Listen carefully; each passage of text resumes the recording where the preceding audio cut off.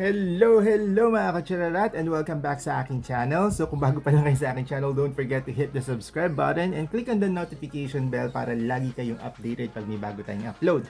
So for today's video, actually i-share ko lang sa inyo kung ano yung experience ko sa pagpapa-wash over ng sasakyan. So bali a month ago, exactly 30 days ago, pinasok ko yung Suzuki Desire ko sa casa for a washover. So pinahilimusan natin siya kasi ang dami niya na talagang gas-gas and yung nagfe-fade na talaga yung pintura niya. So ayun, so nag-decide ako na ipa-washover siya para ma-maintain lang since wala naman din akong plano na bumili pa ng ibang sasakyan kasi to be honest, magastos din siya, especially with the maintenance. So hopefully ayun, mas tatagal pa siya with the procedure na pinagawa natin. And I'm also planning na palagyan din ng tint yung window niya, pero kasi suggestion na rin doon sa casa, sa labas na lang kasi mahal daw pag talaga sa loob. So ayun nga. So anyway, yung washover talaga mahal din siya compared to kung ipapagawa sa labas. But of course, since alaga kasi ng casa yung sasakyan natin, kaya as much as possible, sa casa ko lang talaga siya pinapagawa. So ayun, so hopefully magmukha siyang bago, pero bago natin siya puntahan, pakita ko muna sa inyo yung itsura niya bago natin siya pina-wash over. So ito, panoorin niyo to.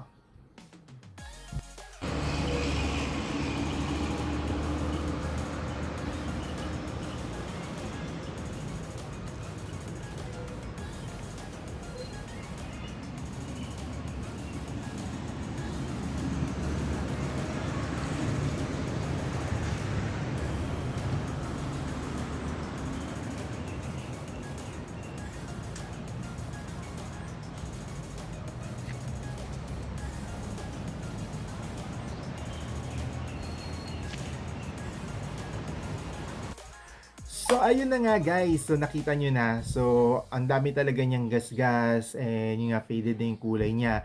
So ngayon, puntahan na natin siya, tignan natin kung ano na yung naging itsura niya para ma-share ko rin sa inyo yung experience, especially for me, actually first time ko lang din to, so nag-iisip din kayo ng magpa-wash over ng inyong sasakyan. So I hope I can give you pointers or idea on how it goes before and after. So let's go, puntahan na natin siya sa casa.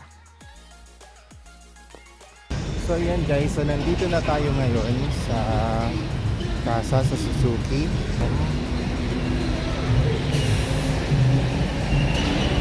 So tignan na natin kung nasaan yung sasakyan.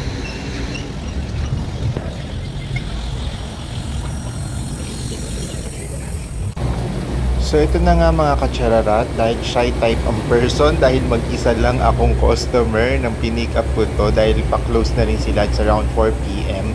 So kinuha ko na lang siya at binayaran na lahat, then nilagay ko na lang siya sa parking sa tapat mismo ng casa para i-video at i-check isa-isa kung kumpleto ba yung mga gamit na naiwan ko dito sa sasakyan at para i-check na rin yung buong detalye nung sasakyan from likod hanggang harap pati sa gilid. And by the way, pinagawa ko nga rin pala yung nasa passenger seat na side mirror nito kasi nasira yung kanyang mechanism. So totally pinalitan yung pinaka side mirror niya. So ngayon hindi ko na siya ite-tape because I've been doing that for the past 3 years. So makakapag-drive na ako ng mas maayos na hindi na ako kakaba-kaba na baka hanginin. So ayan, di ba? So bago na siya ulit. So ayos na ayos yan. So far maganda naman yung pagkakagawa, natanggal yung mga scratches, lalo na yung mga mahabang gasgas at yung mga tanggal na pintura, even yung mga lubog-lubog niya, yung mga dents natanggal din. So I'm very happy naman and mukha na siya ulit na bago. So poproblemahin ko na lang na susunod, which is yung next na project ko is ipa-tint o yung window tint. So bala kong ipa-dark siya. Ayan. And I'm also planning na magpalit na rin ng gulong. Ayan. Kasi it's been 8 years hindi pa rin ako nakakapagpalit. So ayun na nga mga katsararat. So naiuwi na natin yung ating sasakyan. So ayan. So kung makikita nyo, ayan, mukha na naman siyang bago, di ba? So satisfied naman ako with the result.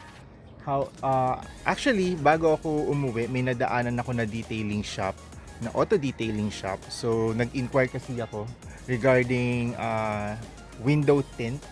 And since nag-offer din sila ng ceramic, so pina-check ko na rin siya. Then may ginamit siya na device. I think that's a paint measuring device, yun yung pagkakasabi niya sa akin. So pinatong niya lang yan dyan sa ibabaw ng sasakyan tsaka dun sa door.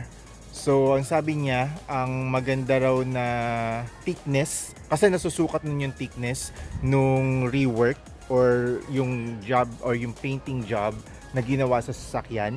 Sabi niya, ang maganda raw na quality na thickness is around 130 to 170 microns. So nung sinukat niya yun sa door, lumabas siya na 170, so pasok siya.